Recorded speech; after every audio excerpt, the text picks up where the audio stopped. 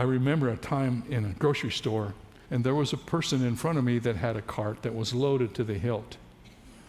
They got all up there. They checked all that out on the belt, got all done, and got the number, and they didn't have any money. And the checkout lady, she was very gracious, but she had to take all that away, and they had to leave because they didn't have any way to pay for it. Now here's the point. One day in the future, people are going to go to the store. They're going to fill their carts with food, and they're going to come to the cashier to check out, and the cashier's going to say, please let me see your hand.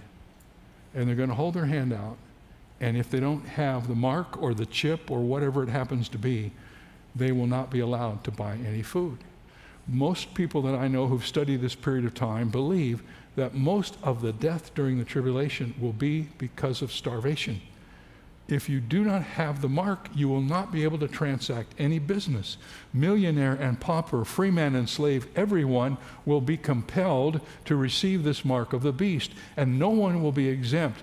Without this mark, people will be unable to buy or sell anything, and economic access and opportunity will vanish for anyone resisting the Antichrist and the false prophet.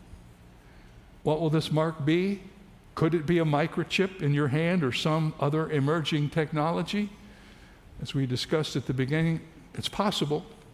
We don't know for sure because Scripture does not provide details. But one thing I can tell you, 10 years ago when I started preaching on this, I could never have dreamed how believable it would be at this particular time in my career as a pastor.